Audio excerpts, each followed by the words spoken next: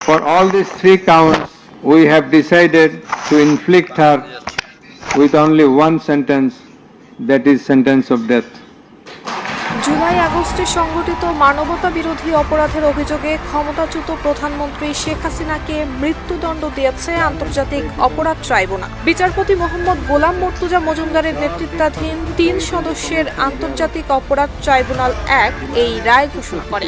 রায় ঘোষণার সময় আদালতে আইনজীবীরা ছাড়াও জুলাই আগস্টে নিহতদের কয়েকজনের পরিবারের সদস্যরা উপস্থিত ছিলেন। শেখ হাসিনার বিরুদ্ধে আনা অভিযোগগুলো ছিল উস্কানিমূলক বক্তব্য প্রদান, প্রাণঘাতী অস্ত্র ব্যবহার করে আন্দোলনকারীদের নির্মূল করার নির্দেশ, রংপুরে বেগম রোকেয়া বিশ্ববিদ্যালয়ের ছাত্র আবু সাইদকে গুলি করে হত্যা, রাজধানীর চাংখারপুল এলাকায় আন্দোলনরত ৬ জনকে গুলি করে হত্যা এবং আশুলিয়ায় ৬ জনকে পুড়িয়ে হত্যা।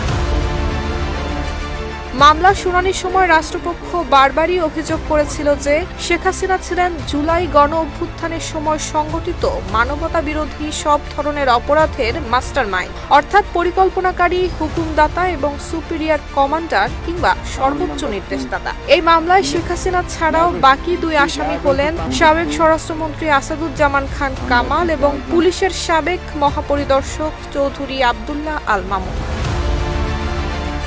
নুসরাত জাহান মেহেক, ঢাকা পোস্ট।